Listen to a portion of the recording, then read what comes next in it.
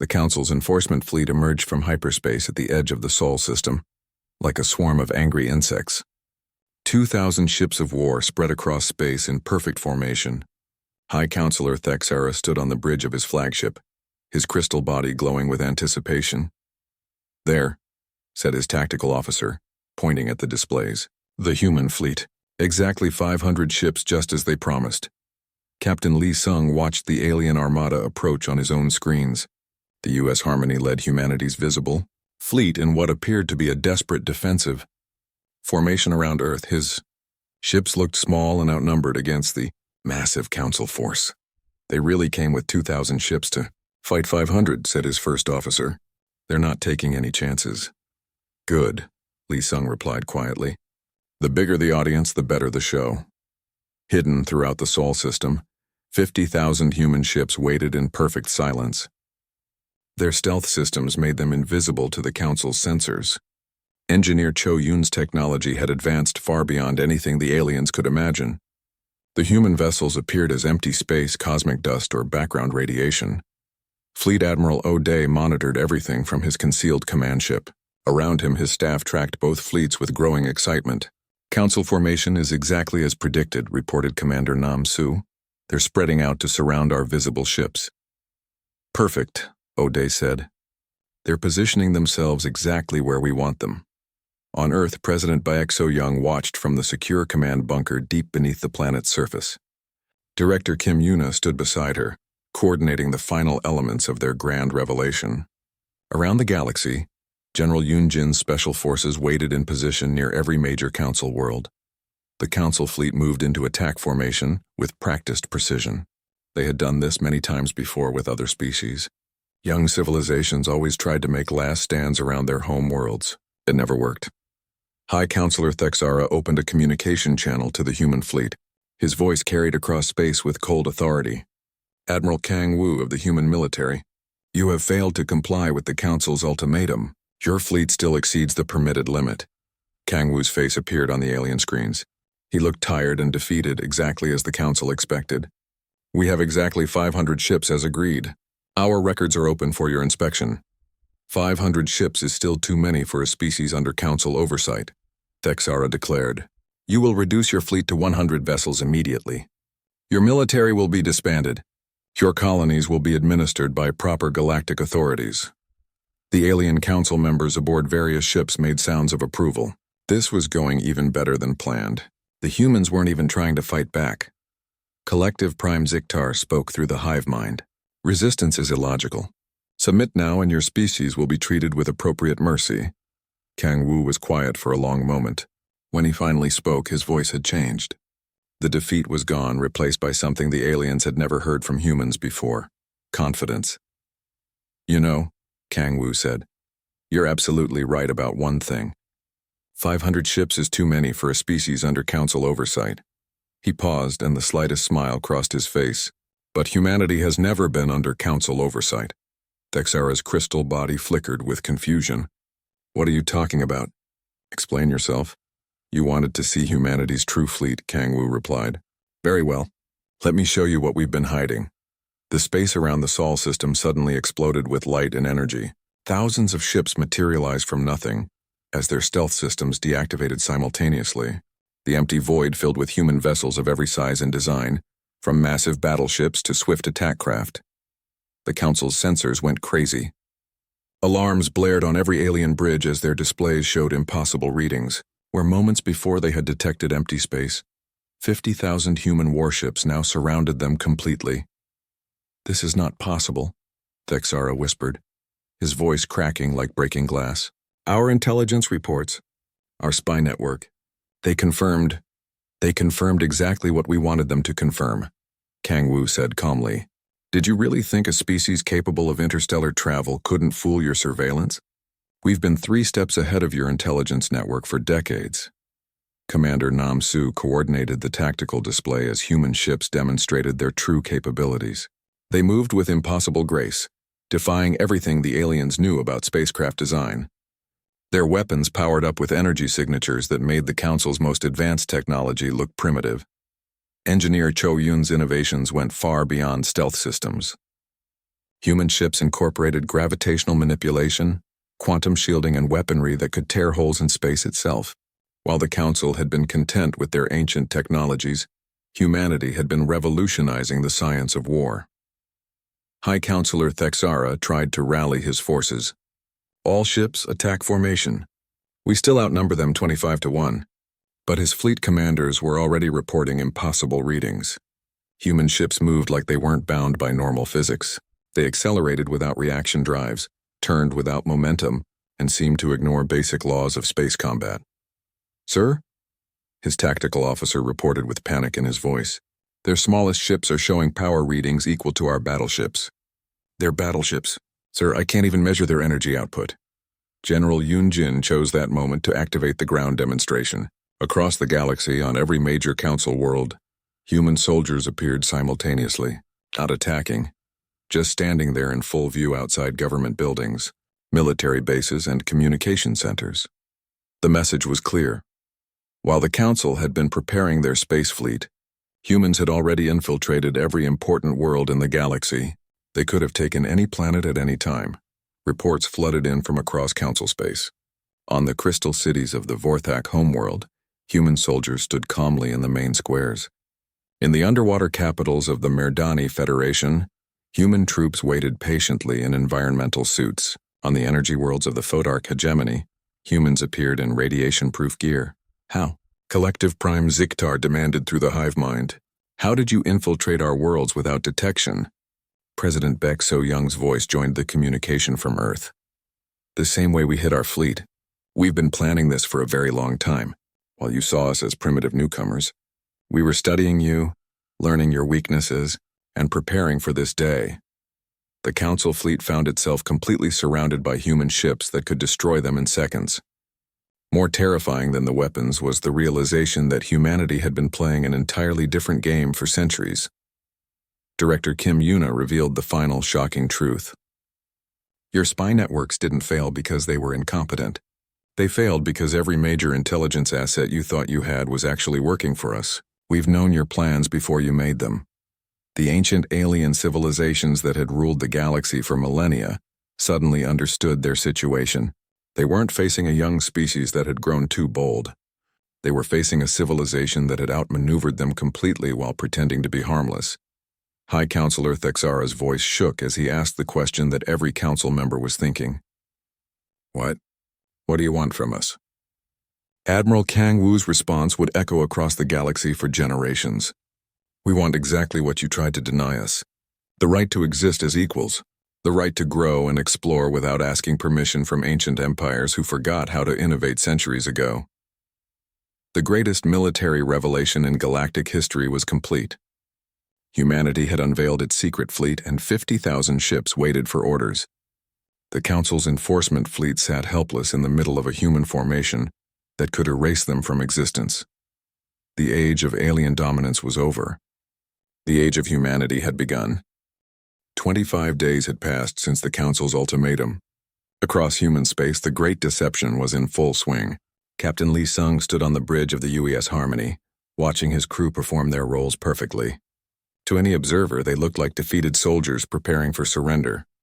"Sir, another batch of ships just left for decommissioning," reported his first officer. The man's voice carried just the right amount of frustration. "The Bremen and the Sol are heading to the scrapyards," Lee Sung nodded grimly. "At least the Council is letting our people find civilian jobs." He made sure his voice sounded bitter. Several alien observers from the Council's inspection team were listening nearby. The truth was very different. The Bremen and Sol weren't heading to scrapyards at all. They were joining the growing shadow fleet in hidden bases scattered across empty star systems. Director Kim Yuna had spent decades preparing these secret locations, far from any trade routes or exploration zones. In her office on Earth, Kim Yuna coordinated the most complex military deception in galactic history. Her wall screen showed the real movements of humanity's forces. While the Council watched fake ship manifests and staged decommissioning ceremonies, the actual human fleet was growing larger every day. "Report from Sector 7, said her aide. "Admiral O'Day confirms another 100 ships have reached the hidden anchorage." Kim Yuna smiled. "And the Council's spy network?" "They're watching our decoy convoys exactly as expected." Their agents report that human military strength is dropping rapidly.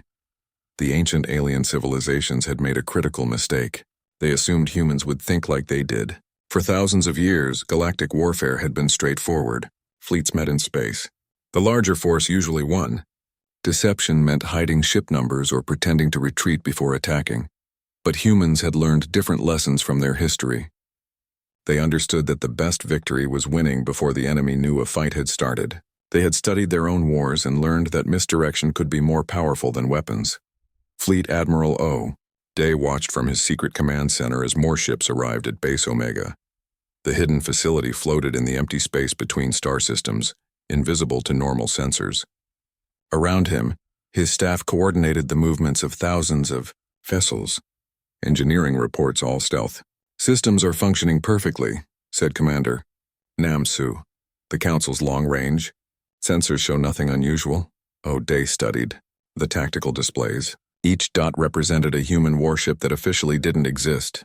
The Council believed humanity had 600 ships total. The real number was closer to 50,000, spread across dozens of hidden bases. Engineer Cho Yoon had made it all possible. Her breakthrough in stealth technology went far beyond simple invisibility. Human ships could hide in plain sight, appearing as space debris or asteroid fields to alien sensors. More importantly, the technology worked on entire fleets. "How many more days until full deployment?" O'Day asked. 3 days, sir," Namsu replied. "All battle groups will be in position around Sol system." The plan was elegant in its simplicity. Let the Council come to Earth expecting to find a broken human fleet. Let them arrive thinking they faced only 500 desperate ships. Then show them the truth. On the Council's homeworlds, alien leaders prepared for their easy victory. High Counselor Thexara reviewed fleet compositions with his military advisors. The Vorthak Empire would provide 800 crystal ships. The Nexari Collective added 600 hive vessels. Other Council members contributed the rest. "The humans haven't tried to hide additional ship," reported his intelligence chief. "Our spy network confirms they're actually decommissioning vessels as promised." Thexara felt pleased with himself. Perhaps they're not as primitive as we thought. They understand when they're beaten. Similar conversations happened across the galaxy. The Merdani Federation discussed which human ocean worlds they would claim after victory. The Phodark hegemony planned to harvest energy from human space. Everyone wanted a piece of the defeated species. None of them suspected that human agents had been embedded in their governments for decades. Every conversation was recorded. Every plan was known. The Council members discussed their victory celebration, while human intelligence officers listened in. Back on Earth, the final preparations continued. General Yoon Jin coordinated ground forces that would soon appear on every major Council world simultaneously, not as invasion forces but as a demonstration of capability. "All insertion teams report ready," Yoon Jin told President Baek So-young during their secure briefing. "We can have troops visible in every Council capital within 1 hour of the signal." President Baek So-young had been the secret architect of humanity's grand strategy. While serving as Earth's diplomatic leader, she had overseen the greatest military buildup in galactic history.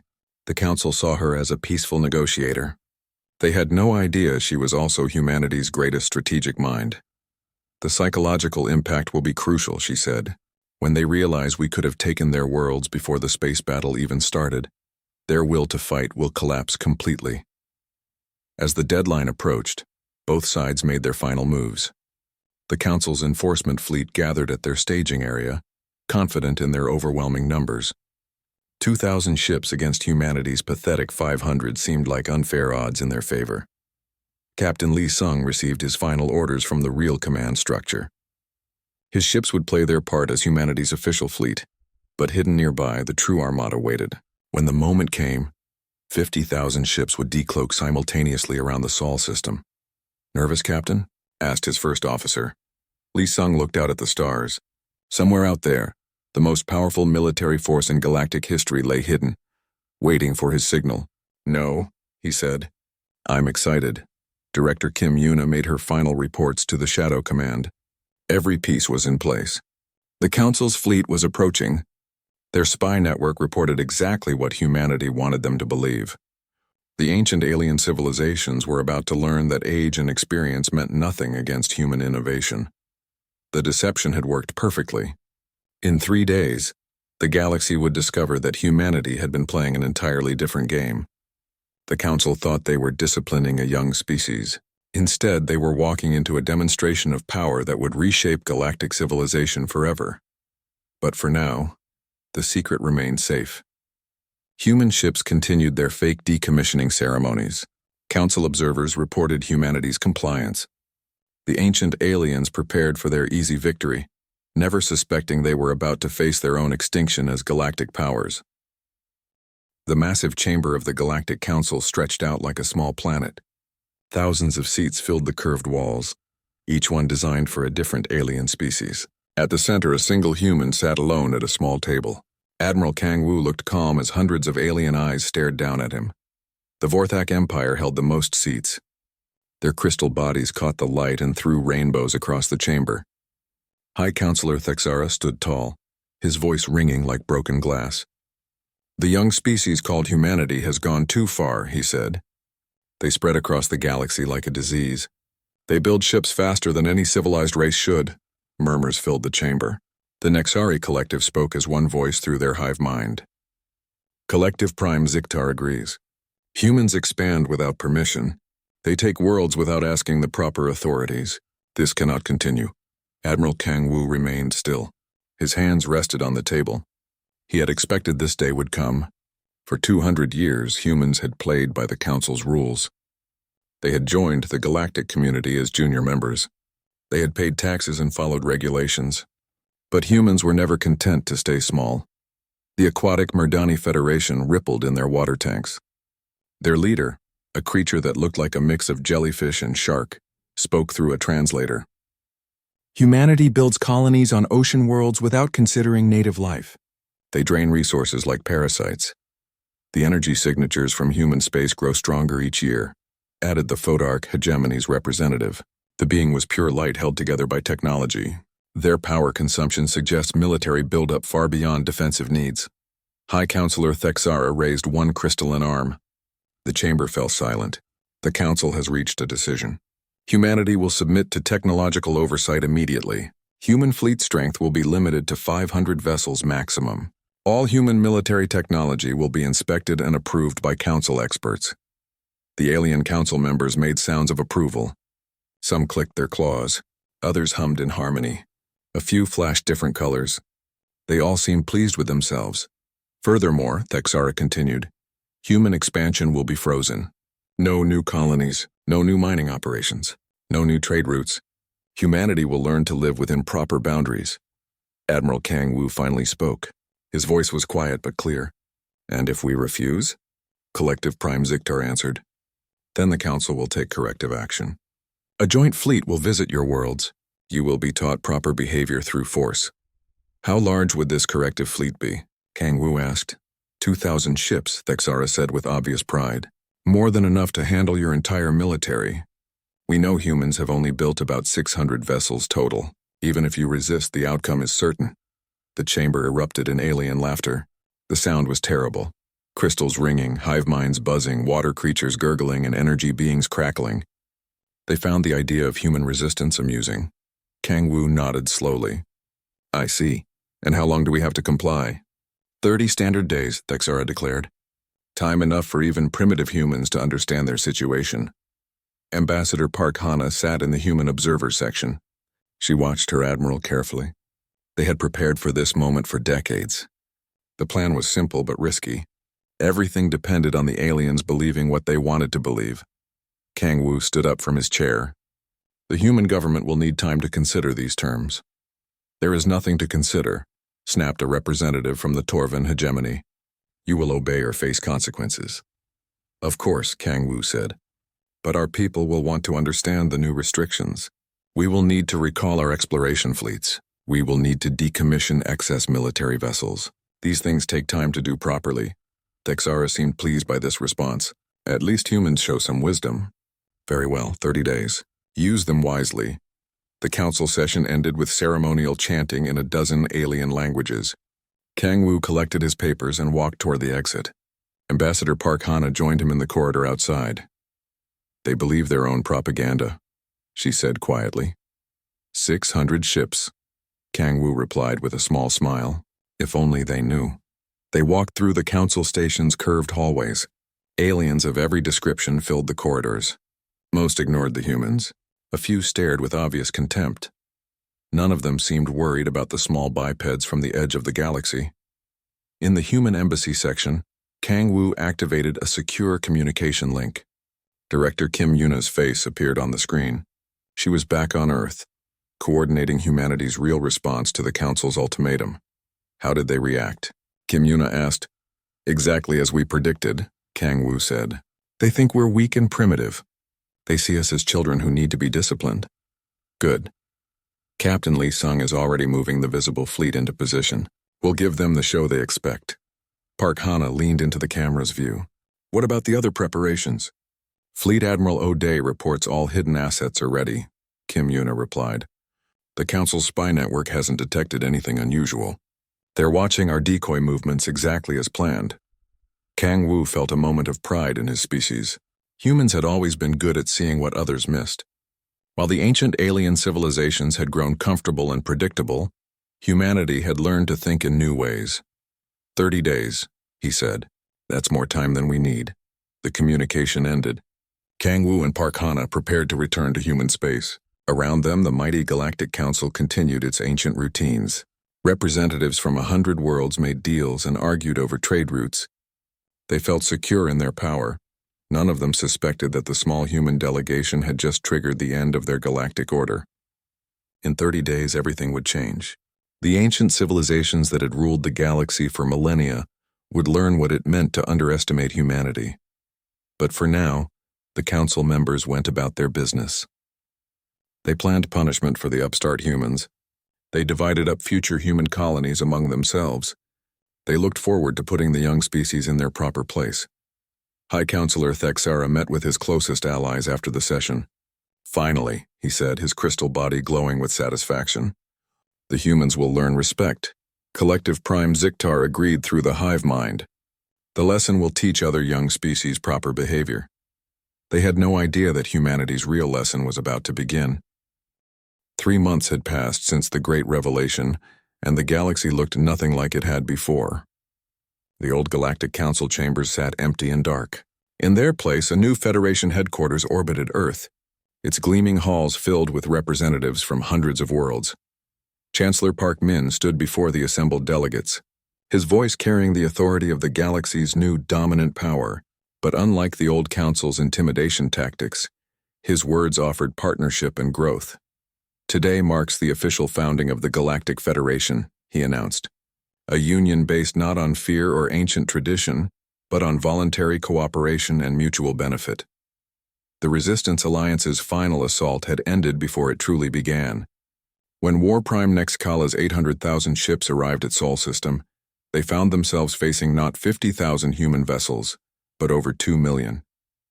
The second wave of humanity's secret fleet had emerged from hidden construction yards across the galaxy. The alien commanders had stared in horror at their sensor readings. Humanity's rapid response force had been exactly that, a small fraction of their true military power. The real human fleet was larger than every other galactic military combined. Admiral Kang Wu, now serving as Supreme Fleet Commander of the Federation forces, had given the Resistance Alliance a simple choice: surrender immediately or be destroyed. The alien fleet had powered down their weapons without firing a single shot. High Counselor Thexara now sat in a humble chair in the Federation chambers, no longer glowing with crystal pride. The Vorthak Empire had requested admission to the new order. After their fleet's surrender, their ancient arrogance had been replaced by desperate gratitude for human mercy. The Vorthak worlds pledge full cooperation with Federation policies, he said when called upon to speak. His voice cracked like old glass. We offer our crystal technology and our accumulated knowledge freely. It was a complete reversal from the species that had once tried to limit human expansion. Now they begged to be included in humanity's growing federation. Ambassador Han Jie managed the integration process with careful diplomacy. Former enemies became protectorates, grateful for human protection against the chaos that followed the old order's collapse. Species that had been at war for centuries found themselves united under human leadership. The Mirdani Federation has completed their technology sharing agreement. Hanjay reported to Chancellor Park Mini. Their biotechnology will help us terraform dozens of new worlds. The Nixari Collective had completely fragmented after their military defeat. Individual hive clusters competed to offer the most valuable contributions to the Federation. Warprime Nexkala himself had requested personal asylum, abandoning his former beliefs entirely. The humans showed us something we never understood, the former war leader buzzed through his translator. True strength comes from unity, not domination. The old Nixari way was weakness disguised as power. But the most shocking revelation came from Director Kim Yuna during a classified briefing with the Federation's inner circle. She stood before a massive display showing the true scope of humanity's preparations. The 2 million ships that ended the resistance were still not our complete military capability, she said quietly. They represented about 40% of our total force. Chancellor Park Min studied the classified numbers with amazement.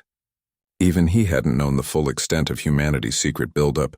5 million ships? 5.3 million as of last count, Kim Yuna confirmed. Plus supporting infrastructure that could triple that number within 2 years if needed. We've been preparing for this moment for over a century. The room fell silent as the Federation's leaders absorbed this information. Humanity had revealed just enough power to ensure galactic dominance, while keeping their ultimate capabilities secret. Even their closest allies didn't know how far human preparation had gone. Admiral Shin Kyung coordinated the peaceful transition of power across the galaxy. Her fleets didn't occupy alien worlds.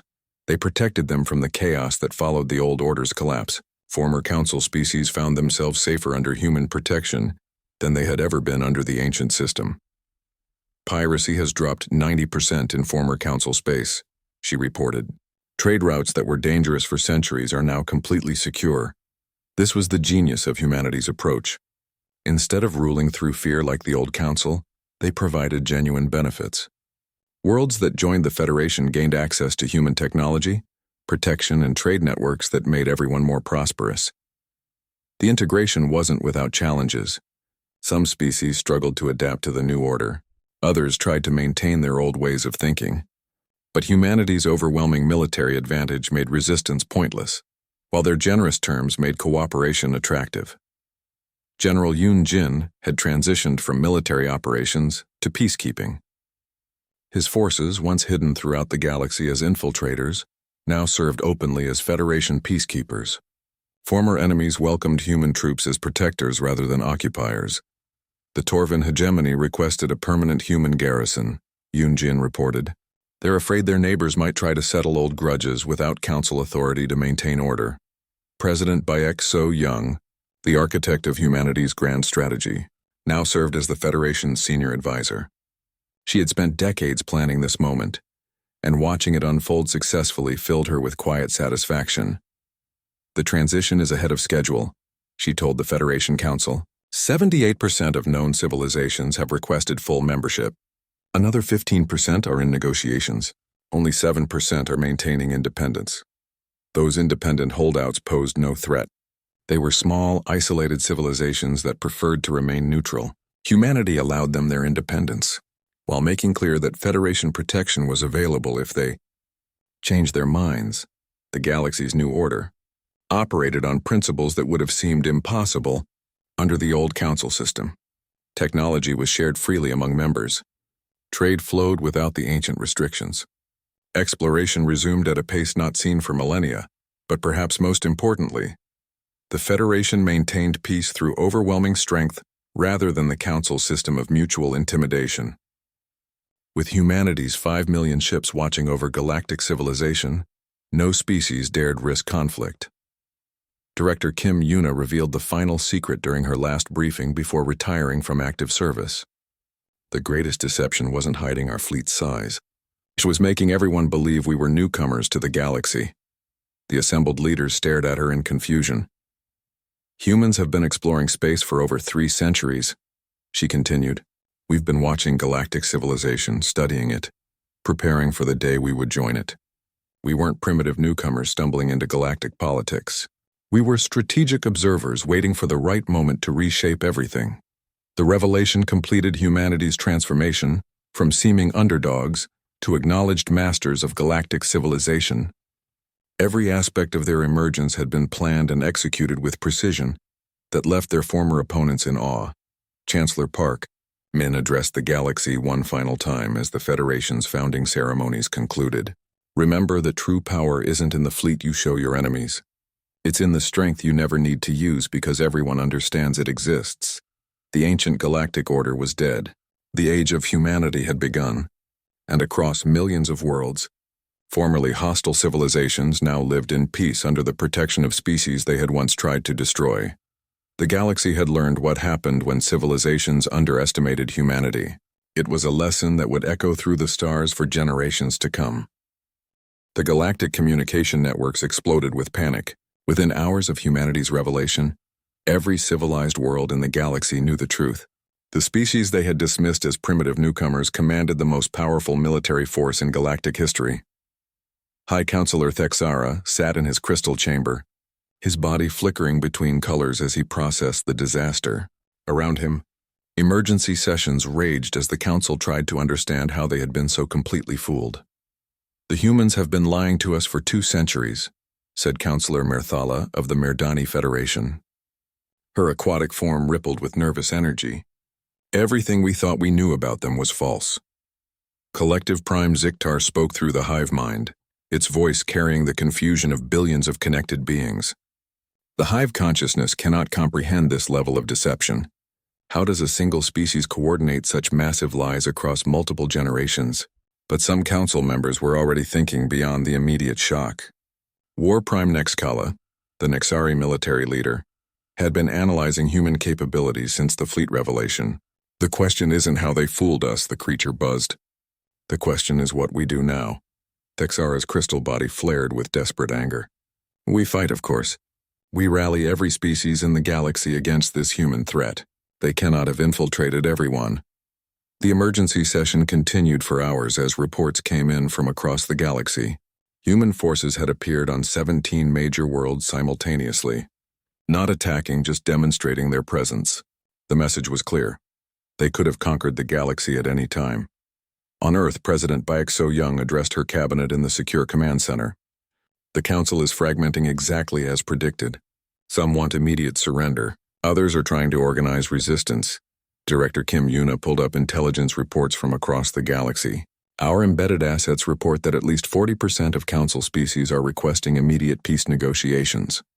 The Torvan hegemony has already withdrawn their fleet from the enforcement action. Admiral Shin Kyung commanded the human fleets now moving into defensive positions around major alien worlds. Her ships didn't attack or threaten. They simply took positions that made clear they could protect or conquer as they chose. The Draconi Empire is asking for human protection," reported her communications officer. "Apparently they're more afraid of other Council species taking revenge than they are of us." This was the genius of humanity's strategy.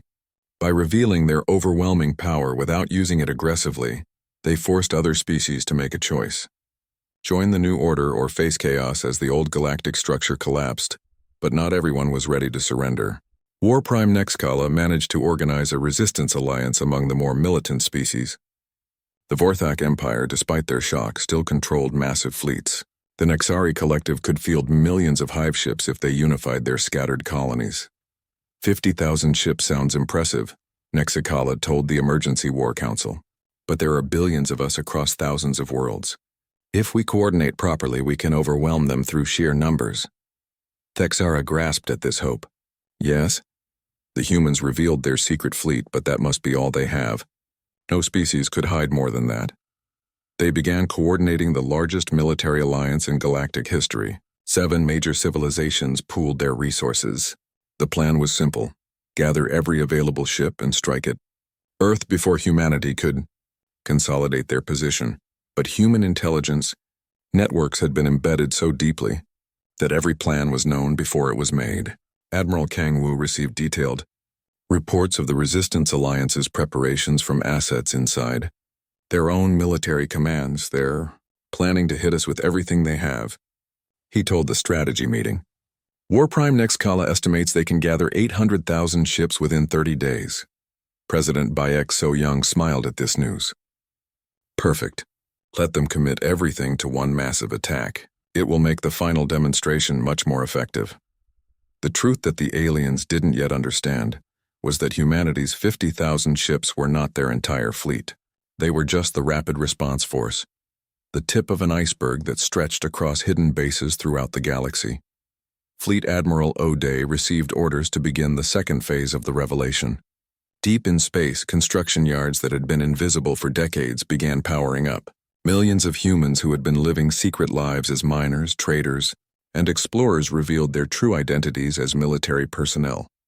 Ambassador Han Jie coordinated with the species that were seeking accommodation with humanity. More than half the galaxy's civilizations had decided that cooperation was better than destruction.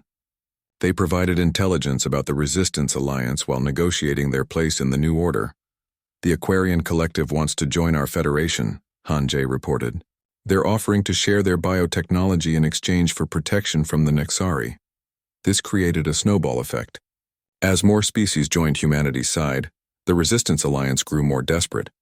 They accused the defecting civilizations of treason and began threatening them with punishment after the humans were defeated. War Prime. Nexkala made a critical mistake by broadcasting the resistance plans across the galaxy. The alien leader wanted to rally support, but instead revealed the Alliance's intention to punish any species that cooperated with humanity. After we defeat the human fleet, Nexkala declared in the galactic broadcast, any species that aided them will be reduced to client status. Their technology will be confiscated. Their populations will be relocated. The galaxy will return to proper order. The broadcast had the opposite effect. Species that had been neutral suddenly rushed to request human protection. The Resistance Alliance's threat pushed more civilizations into humanity's camp. Counselor Mirthala became the first major council leader to formally switch sides. She arrived at Earth with a small diplomatic fleet, requesting asylum for her people. The old order is dead, she told President Baek So-young. We want to be part of whatever comes next. High Counselor Thexara watched his galactic order crumble in real time. Species that had followed Vorthak leadership for millennia were abandoning them. Even some Nexari hive clusters were breaking away from the collective to seek separate peace with humanity. This is all happening too fast, he said to his advisors. How did they turn half the galaxy against us in just weeks? The answer was simple but devastating. Humanity hadn't turned anyone against the old order. They had simply provided an alternative. The ancient galactic civilizations had ruled, through fear and tradition for so long that many species jumped at the chance to join something new. As the Resistance Alliance prepared for their desperate final assault, President Baek So-young made her own preparations. When the alien fleet arrived at Earth, they would face not just humanity's revealed capabilities, but the full scope of human planning. The galaxy was about to learn that the 50,000 ships had been humanity's opening move, not their final gambit. And this time, there would be no doubt about who controlled the future of galactic civilization. War Prime Nexkala's Alliance fleet began moving toward Sol System, 800,000 strong. They believed sheer numbers would overwhelm human technology. They had no idea they were flying into the most comprehensive military trap ever constructed. The final battle for galactic supremacy was about to begin, and humanity was ready to end it before the first shot was fired.